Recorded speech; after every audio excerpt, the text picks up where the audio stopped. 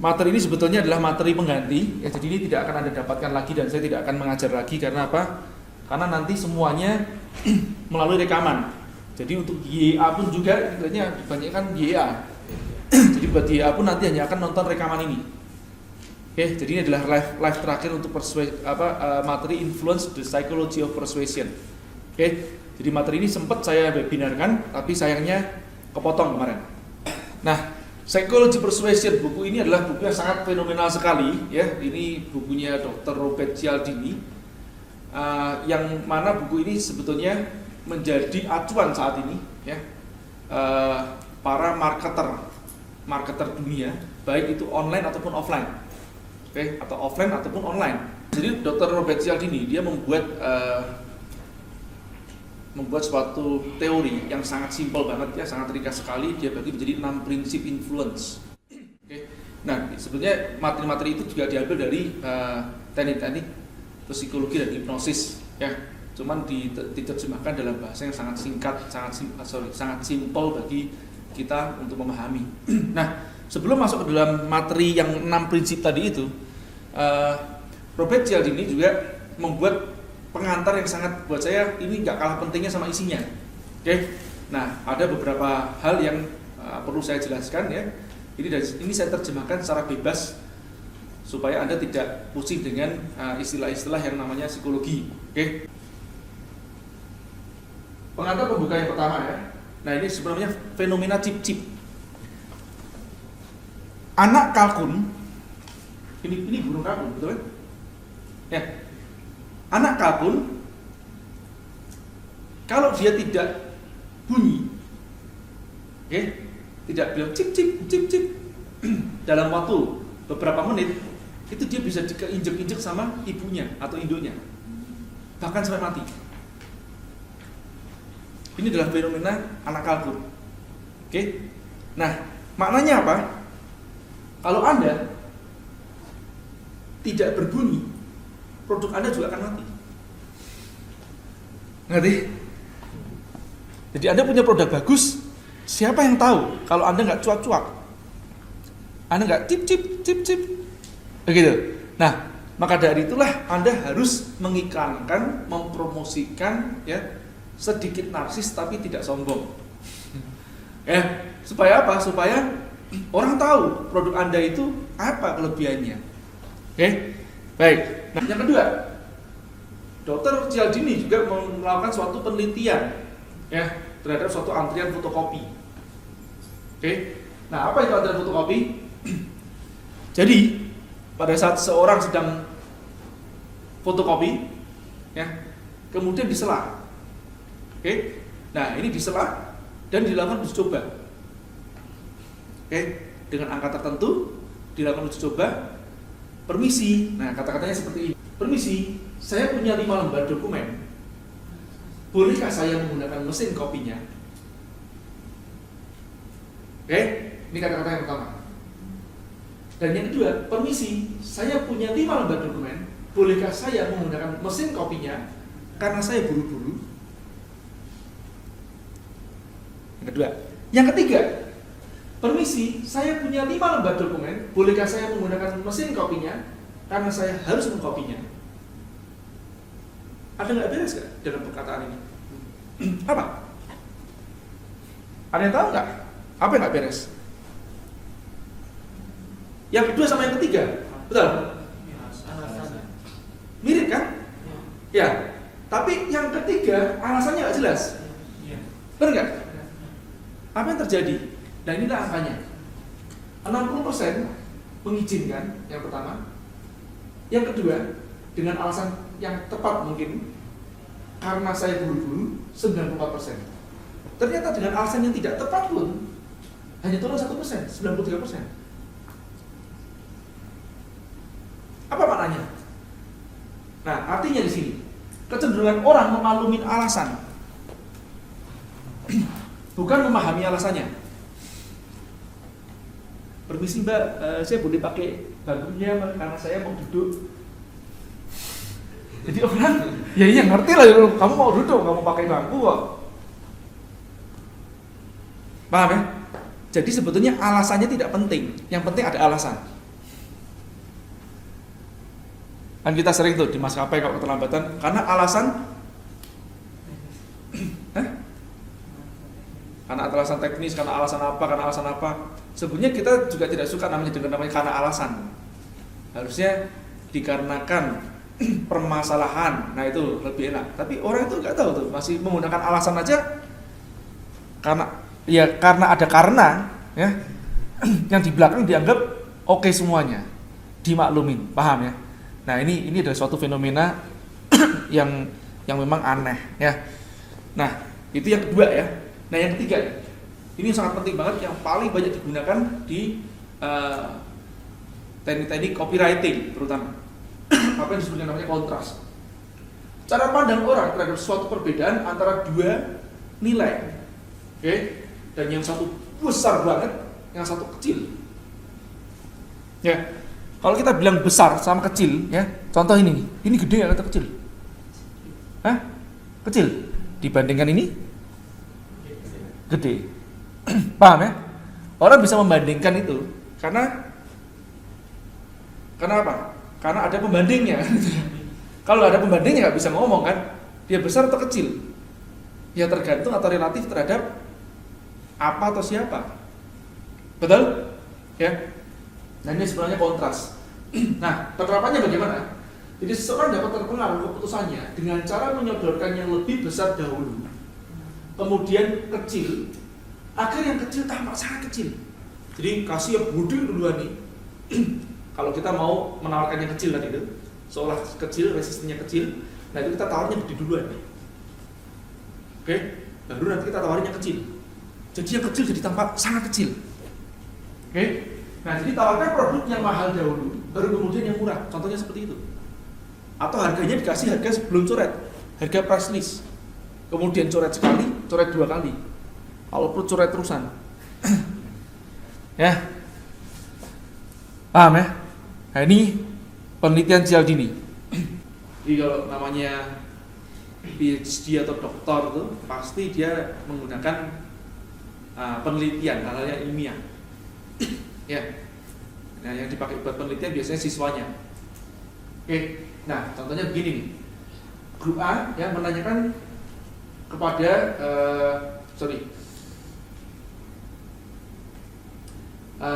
penelitian dalam grup A dan dalam grup B.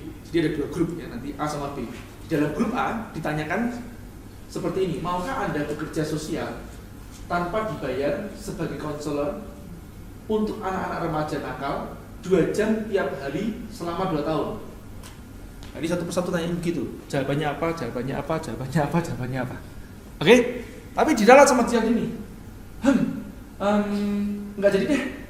Oke, maukah Anda kerja sosial tanpa dibayar sebagai pendamping anak-anak remaja nakal dalam perjalanan ke kebun binatang 1 hari penuh aja? Mau nggak kira-kira? Nah, kenapa? Karena dibandingkan sama 2 jam tiap hari selama 2 tahun. Gila, siapa yang mau? Paham ya? Nah, yang di bawah ini terlihat kecil pada saat ada yang di atas. Tapi jangan hilangkan yang di atas. Begitu ada hilangkan yang di atas, prosentasinya beda. Kalau seperti ini 51% orang mau. Begitu dihilangkan ya, yang di atas langsungnya ke bawah, ditanyakan di tempat grup yang berbeda.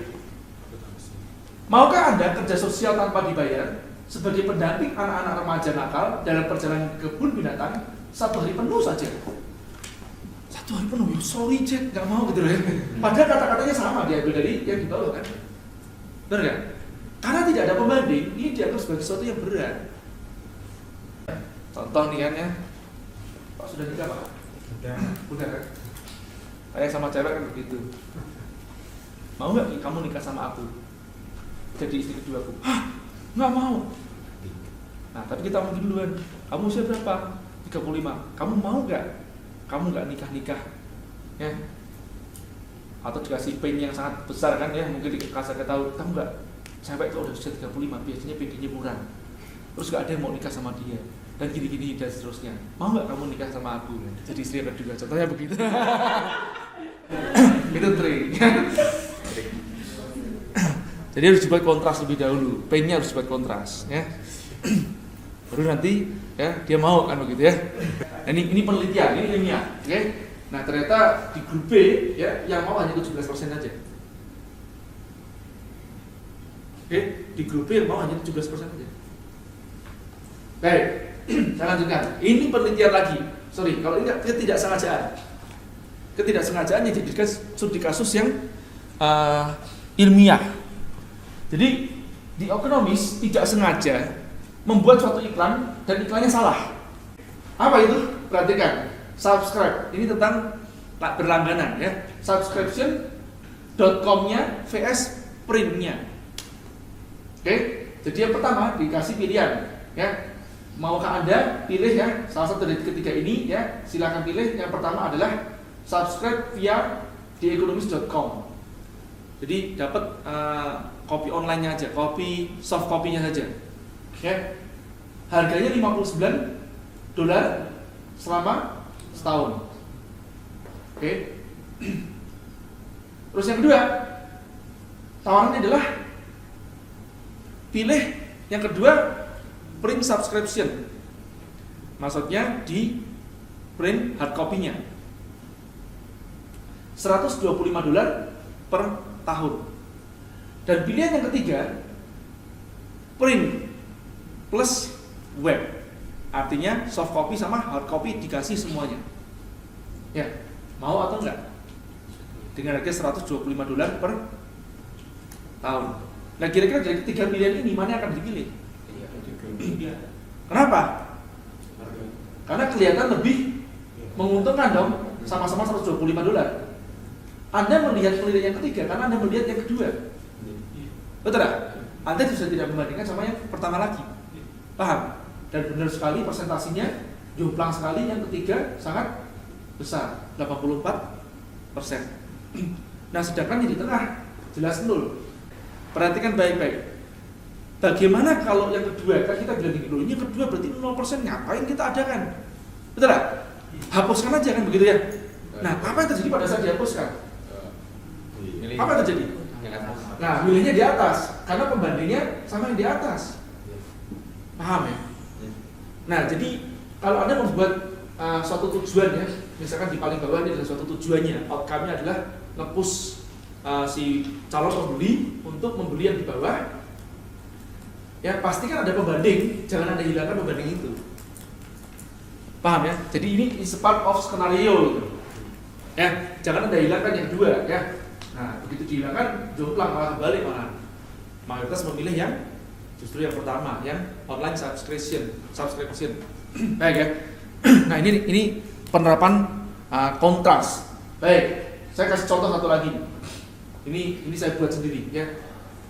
Jika Anda mendaftar hari ini, maka Anda akan mendapatkan bonus senilai 8,7 juta rupiah. Betul kan? Kira-kira kita begitu kan? Ya, kan?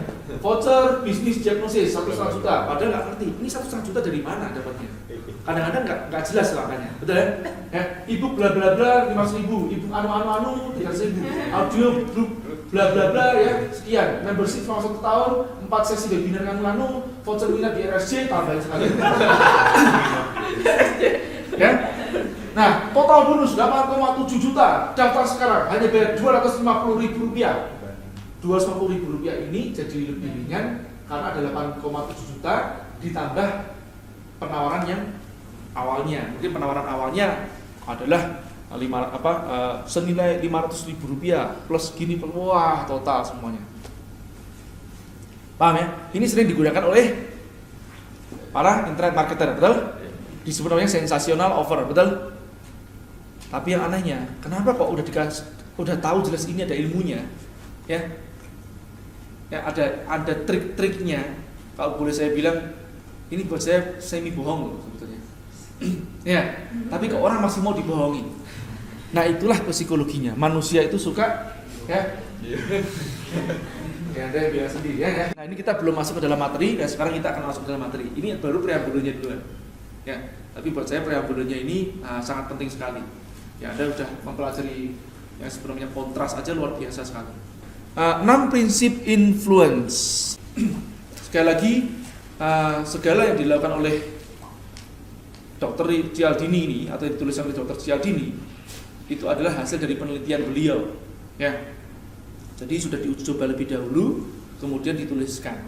Nah, saya menerjemahkan secara bebas supaya Anda bisa lebih memahami dan memberikan contoh sesuai dengan praktek di lapangannya bagaimana. Yang pertama, reciprocal atau timbal balik. Reciprocal law atau timbal balik, hukum timbal balik. Nah, Dr. Robert Cialdini juga menguji coba ya dalam suatu organisasi cacat veteran Amerika yang mengajukan permohonan sumbangan. Hanya memberikan proposal saja, mengajukan permohonan sumbangan tanpa apapun itu. Ya, dan yang kedua, permohonan sumbangan dengan hadiah permen di depan. Jadi permohonan sumbangan tapi kasih hadiah permennya duluan. Belum duitnya masuk, kasih hadiah permen di depan. Apa yang terjadi? 18% ya orang atau penerima penawaran sumbangan tersebut menyumbang ya dengan cara yang pertama tanpa adanya iming-iming permen. Dan pada saat dikasih iming-iming permen, prosentasenya naik dari 18 ke 35%. Oke. Nah, maknanya apa? Kecenderungan orang enggan menolak kepada seseorang yang pernah berperilaku baik terhadapnya. Paham ya? Jadi kalau orang dibaikin lebih dahulu, biasanya hatinya nggak enak itu, di bawah sadarnya nggak enak. Dia dimainkan secara bawah sadar. Nah, ini yang teman-teman harus tahu bahwa cara kerjanya bawah sadar itu seperti itu. Bawah sadar itu kan menangkap kesan lebih dahulu, baru kemudian pesan. Bahkan kesan itu pada saat orang itu sudah kesan, pesannya kadang apapun itu diiyain sama mereka. Oke, ini yang disebut jika cinta sudah melekat, tai kucing rasa coklat. Betul? Nah, jika benci sudah melekat, coklat rasa tai kucing, dibalik. Nah, berikan sesuatu di depan, bukan di belakang. Sebisa mungkin seperti itu. Ciptakan rasa enggan untuk menolak. Jadi ini, Anda kalau mau datang ke investor tuh, ya, bawain makanan, jangan tangan kosong gitu ya.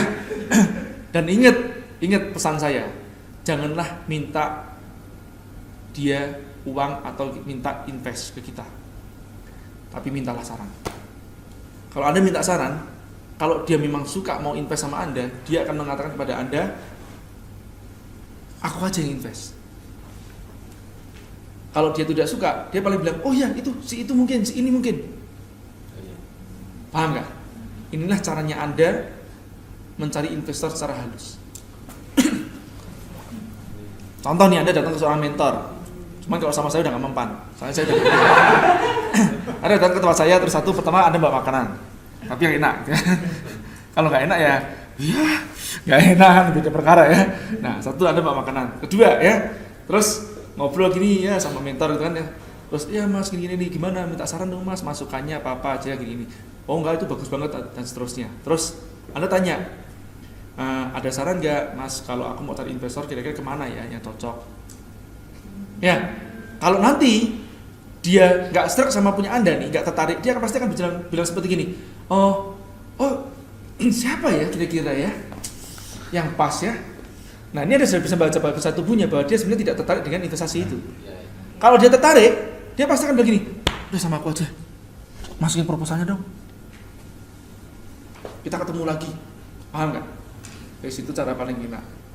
Jadi Anda tidak ngemis sama orang ya, dan ini cara yang elegan buat saya dan tidak merusak hubungan. Paham ya? Kadang kita datang sudah ke tempatnya mentor langsung ngomong, Mas Jimin, tuh Mas Ji invest sama aku. Saya pernah waktu itu kan datengin, dia ngomong mau mentoring, terus dia ngasih penawaran sama saya, ini kalau Mas Ji invest segini. Udah sahamnya kasih kecilnya minta ampun, dia valuasinya kayak mau bohongin saya, gede-gede banget gitu kan. Saya cuma ketawa senyum-senyum aja. Ngerti ya? Ya itu kadang-kadang jadilah orang yang tahu diri. Paham ya? Jadilah orang yang tahu diri. Saya kalau melihat seorang investor, saya tidak hanya berpikir masalah duitnya, tapi jaringan yang dia miliki, keilmuan yang dia miliki. Kalau dia apalagi seorang mentor, ya kalau dia seorang mentor, bagi saya, wah dia mau invest sama saya, ya saya akan terima gitu loh. Benar nggak? Tidak hanya masalah karena duitnya berapa, tapi karena masalah jaringan yang dia akan bukakan, ya, keilmuan yang akan dia bukakan. Ya, makanya kalau orang terlalu banyak hitung-hitungan, biasanya rezekinya tersendat. Oke, pikirkan itu. Tapi seorang investor yang benar-benar investor handal, yang adil, dia tidak akan mau ya memiliki saham mayoritas dari sebuah startup, percaya. Nah, Anda sering mungkin melihat ya teknik ini digunakan ya di mall-mall ya, terutama yang jualan alat-alat kesehatan dan pijat-pijat itu. Betul? Nah, ayo ibu silakan, bapak silakan. Wah, dipijitin, kasih pakai alat pijit, terus kemudian ditawar-tawarin. Betul? Ibu, kebetulan hari ini untuk 10 pelanggan pertama atau 9,5 pelanggan pertama gitu ya.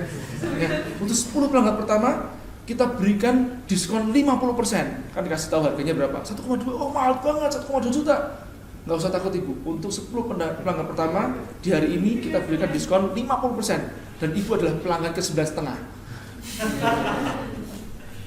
Gitu ya. Nah, biasanya kita dikibulin begitu tuh. Nah, terus sudah. Tapi mas, 50% masih 600 ribu. Ibu jangan takut. Ya, ibu jangan takut. Hanya cukup memberikan DP 200 ribu rupiah saja. Ibu bisa membawa barang ini.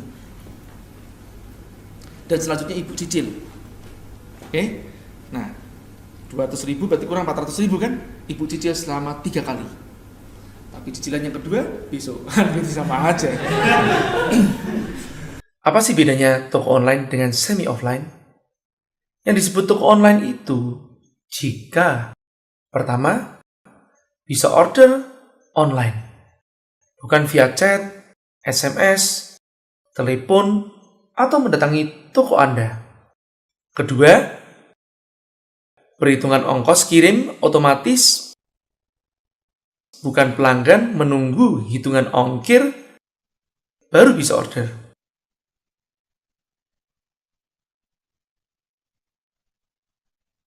Ketiga, sistem payment otomatis. Bukan ngecek satu persatu transferan secara manual. Apalagi merepotkan pelanggan untuk upload bukti transfer. Keempat, menggunakan autoresponder bukan manual respon. Gunanya adalah memberitahukan pelanggan tentang posisi orderan, juga memberitahukan penjual bahwa ada transaksi masuk.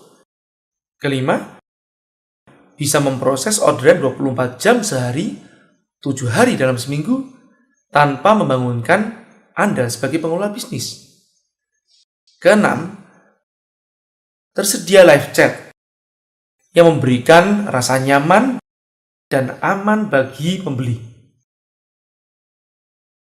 Ketujuh, juga tersedia blog sebagai pintu belakang.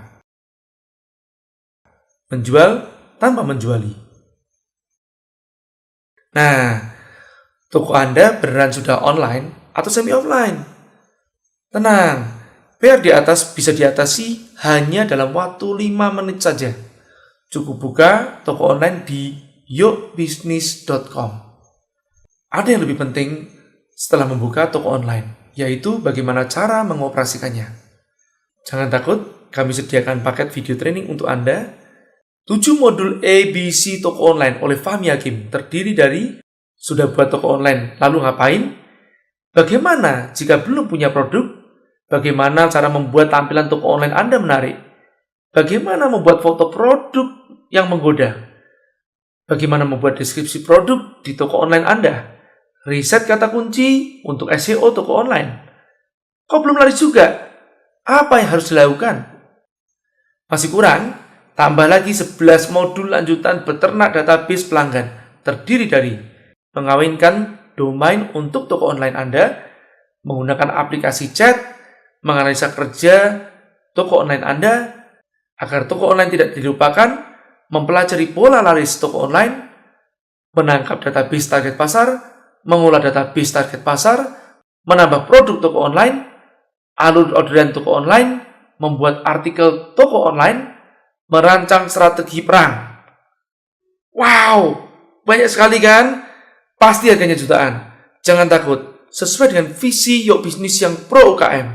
Kami memberikan semua paket itu dengan harga super murah, nggak masuk akal. Saya jamin Anda akan terkaget-kaget saat mengetahuinya. Sadis. Info lengkapnya yuk buka di pro.yokbisnis.com. Ya, nah ini kan kalau ada pelajari di teknik copywriting sebelumnya yang saya ajarkan ya, itu kan ada yang disebut namanya ya satu kontras, efek kontras, penawarannya ekstrim, kemudian dikasih kemudahan, betul? Nah, jadi kasih benefit duluan. Resiprokal ini masuk ke dalam bawah sadar, membuat kita enggan untuk menolak. Ini hati-hati. Ini teknik hipnosis. Jadi kalau Anda mau ngerjain orang-orang yang di mall, bisa menggunakan teknik ini juga kan, anti resiprokal kan begitu ya. Jadi udah pijit aja nggak apa-apa. Pijit sakarepmu gitu ya. Pijit terus pijit ya. Habis pijit terus gitu kan. Sudah tawarin gitu, nanti dulu ya. Kayak sama istri. Susah udah ya. Oh ya, bisa kita telepon, ya telepon aja. Nggak usah takut di teleponnya ya. Nah kadang sesekali kita perlu ngerjain orang kayak gitu. Ya.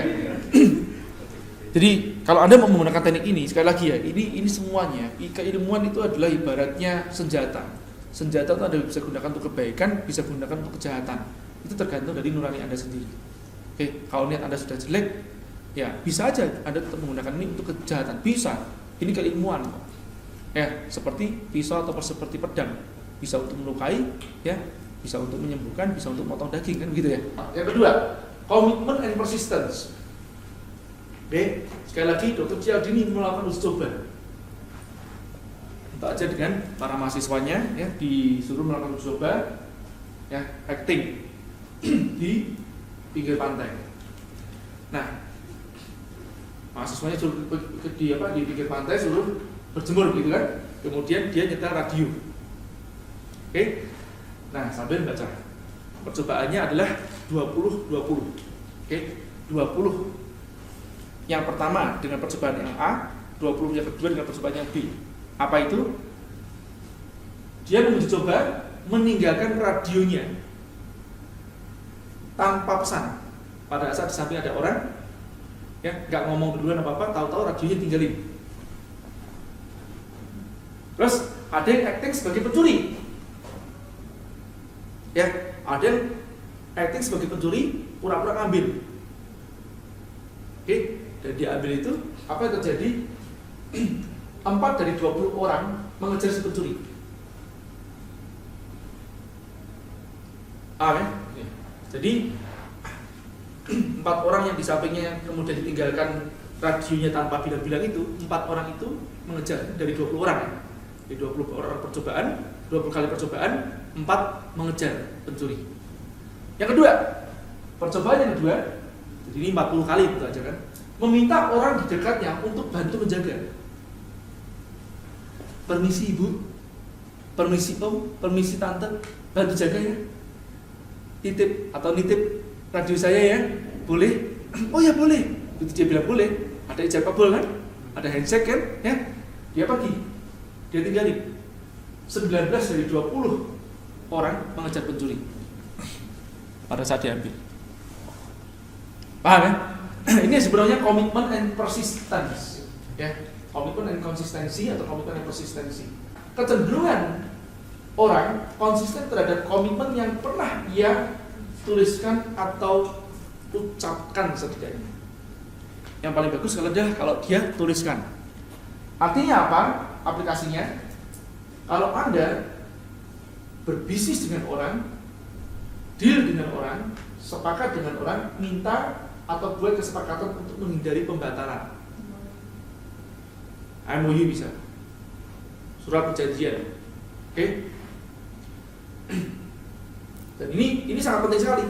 Jangan sampai nanti Anda karena sudahlah kita gentleman agreement, itu juga bisa gentleman agreement dengan namanya salaman. Salaman ini penting sebagai anchoring. Jadi salaman ini sebagai anchor. Oke, deal ya, kalau perlu salamannya berbeda gitu ya. Jadi contoh ya, Givas ini coba. Nah, pas udah deal begitu kan. Nah, salamannya begini nih. Perhatikan saya. Ya.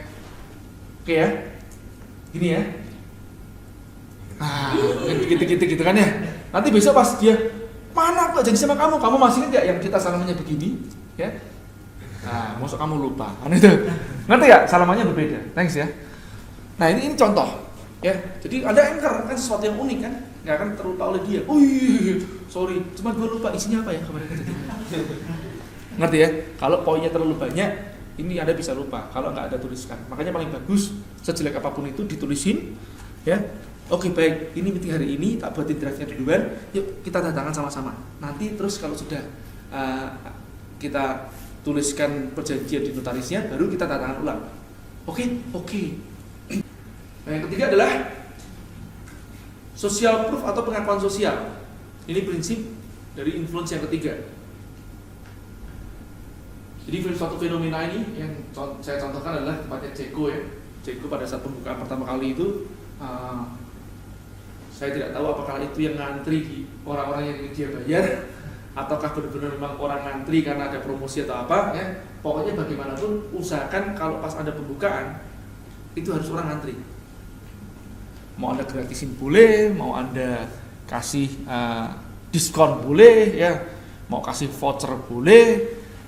Oke, dan biasanya kan orang tidak boleh beli borong. Maksimum 2, maksimum 1, kan begitu ya?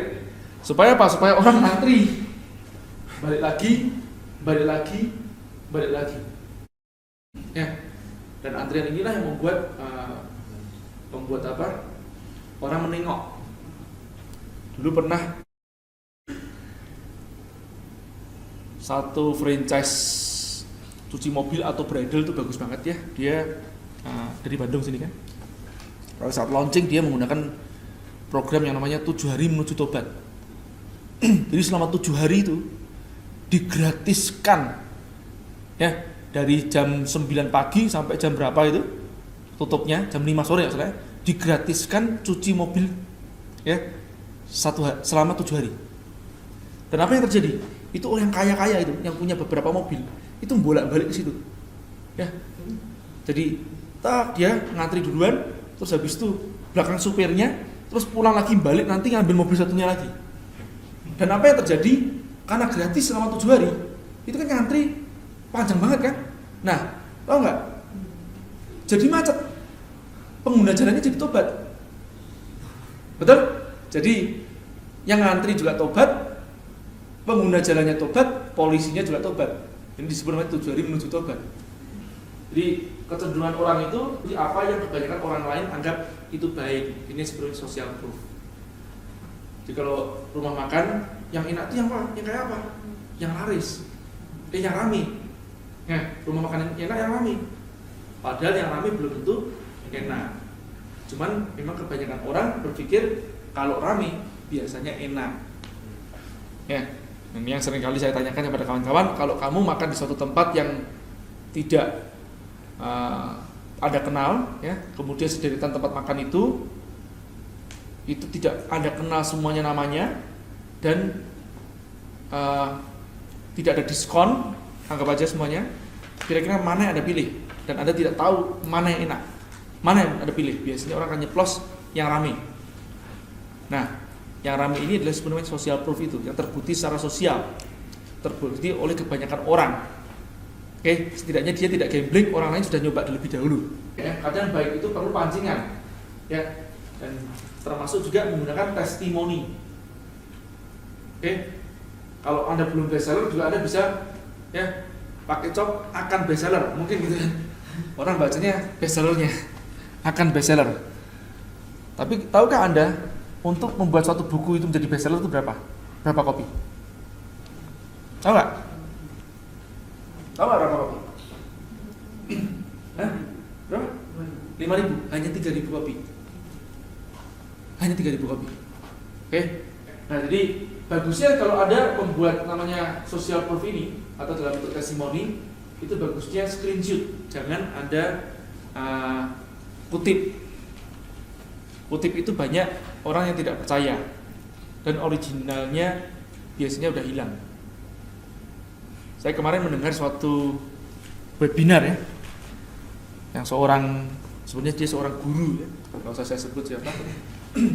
Tapi yang anehnya, kenapa seorang guru ini mengajarkan testimoni itu harus disetting. Dia bilang diarahkan supaya bahasanya memprovokasi.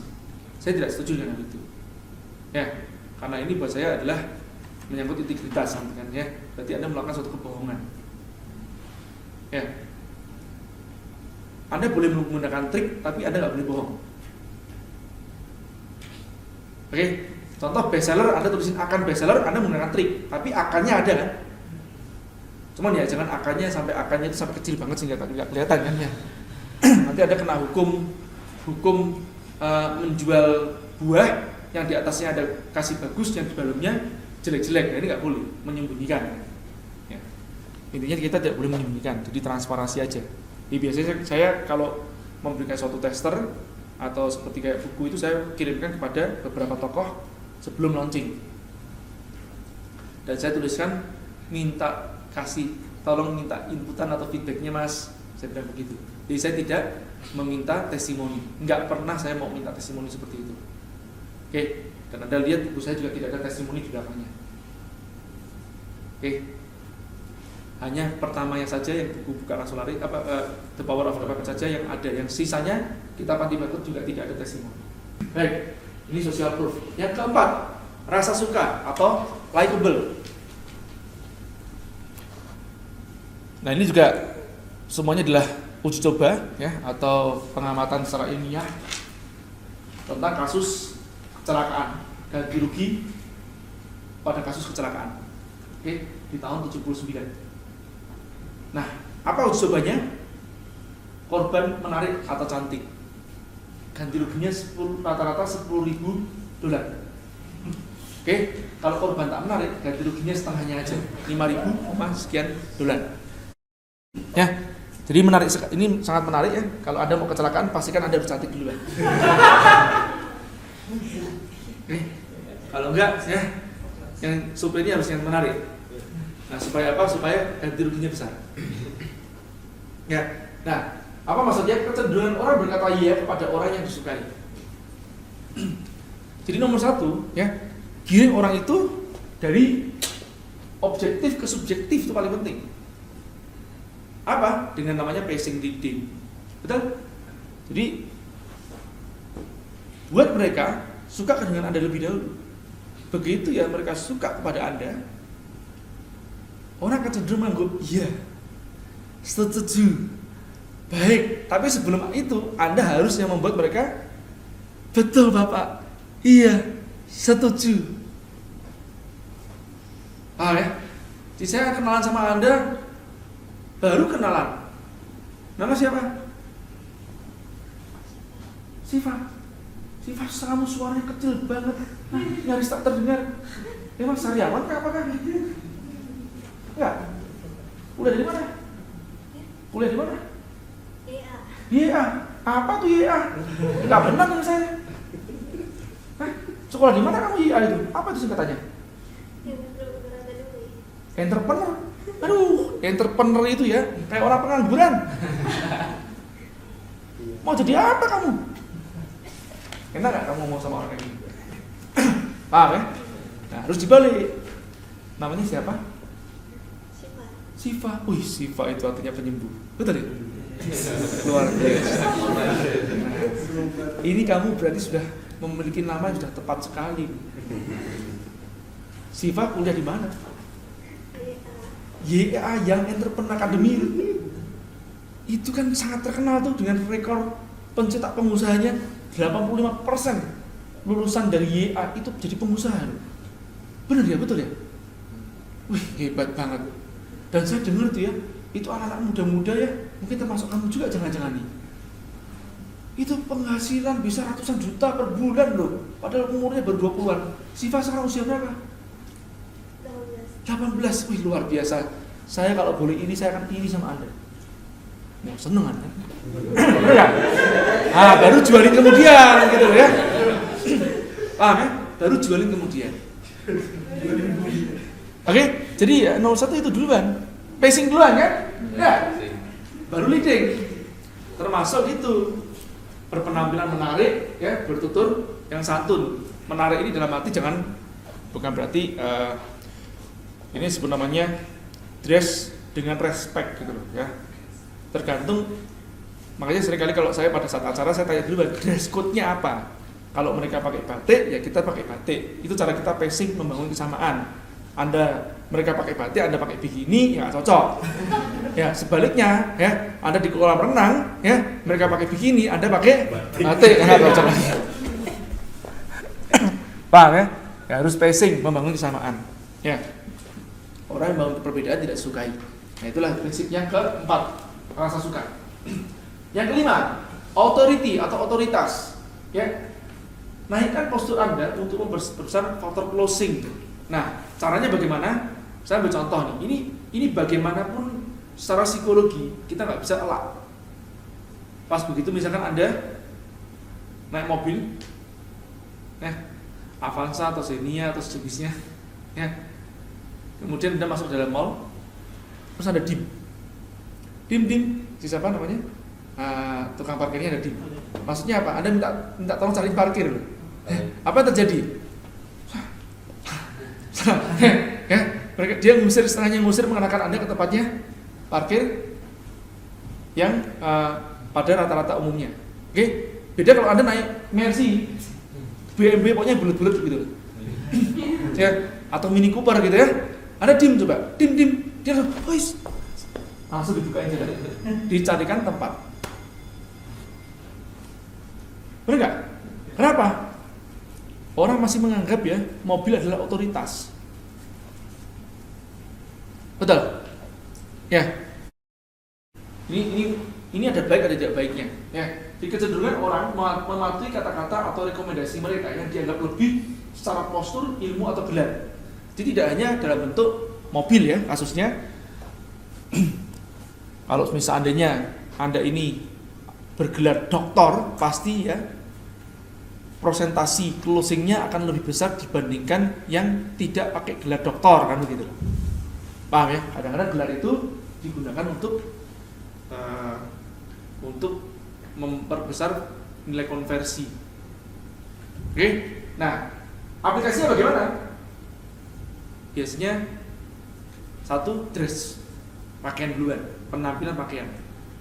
Saya sampai lihat itu ada orang-orang yang memang memiliki penampilan sudah benar-benar tepat sekali, posturnya badannya gede, meskipun otaknya kosong gitu ya.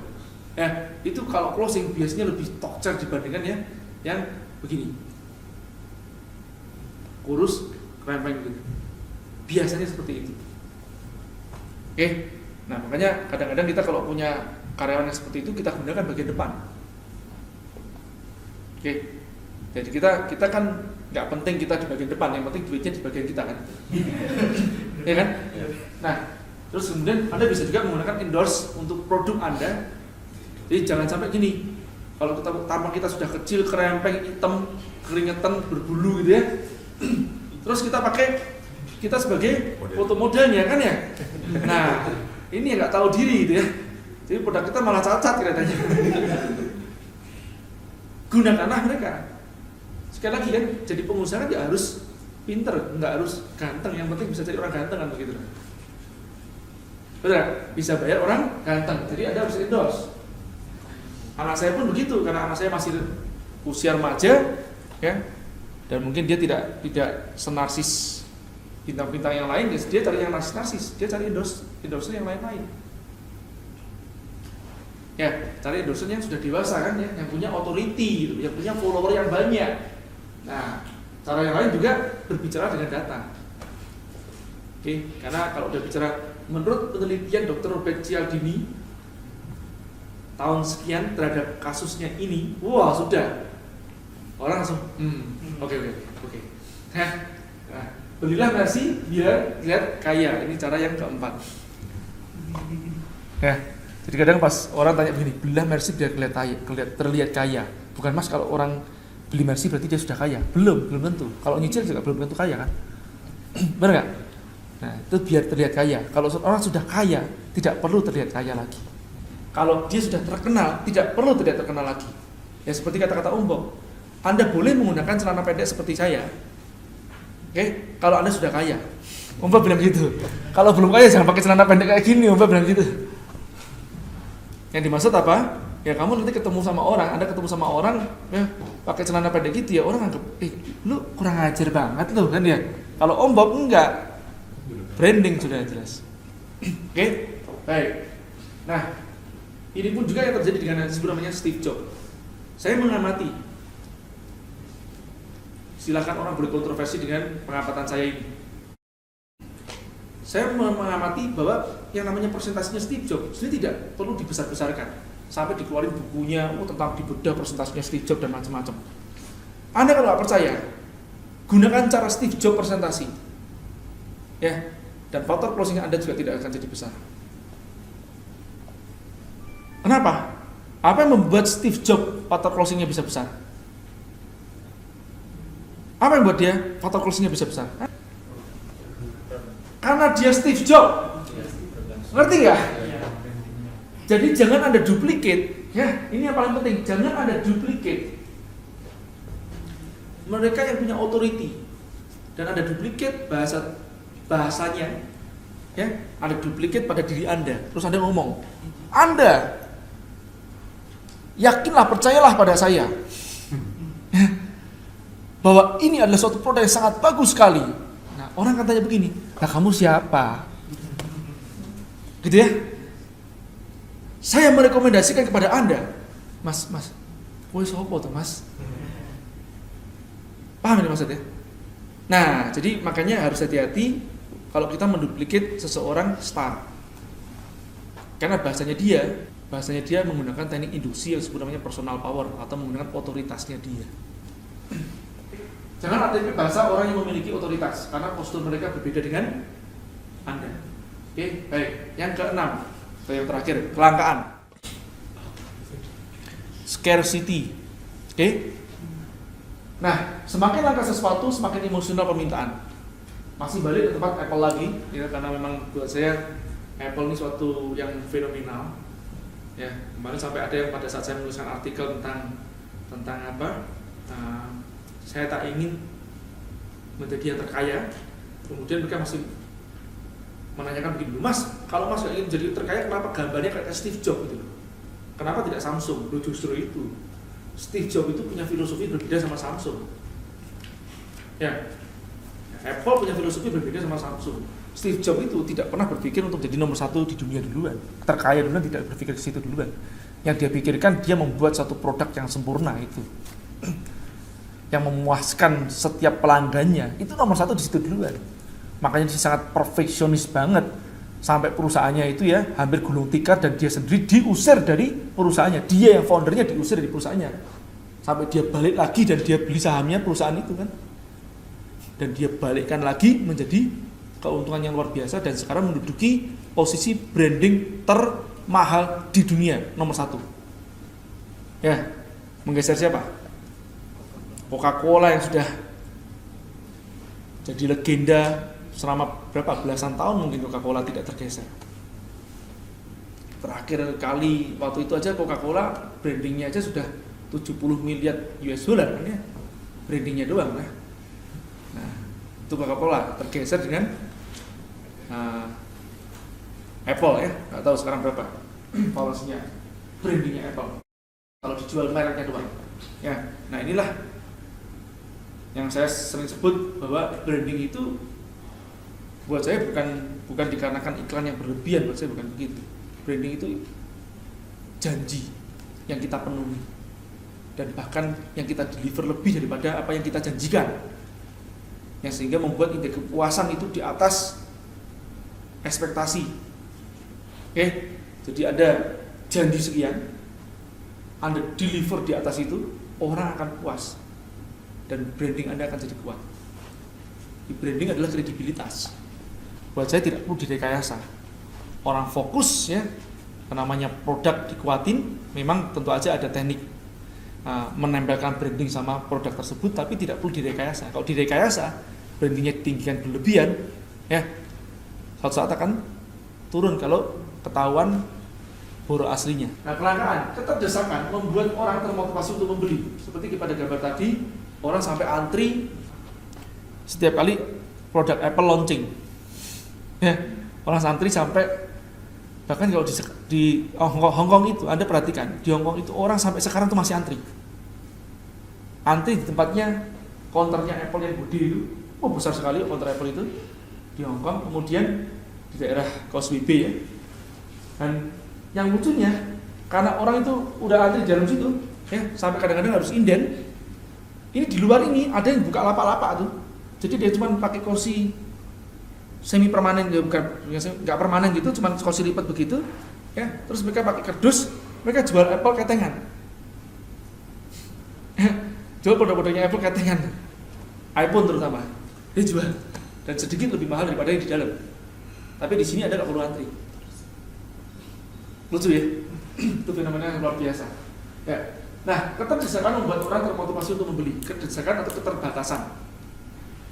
Ya. Nah, kalau dalam copywriting ya diciptakan penawaran yang terbatas, baik waktu ataupun kuantitas, dan mungkin juga untuk kalangan tertentu.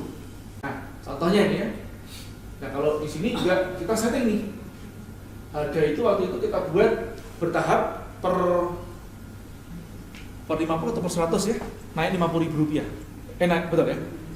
Per 50 orang naik Rp50.000. Jadi orang, wah, terpacu untuk beli. Oke.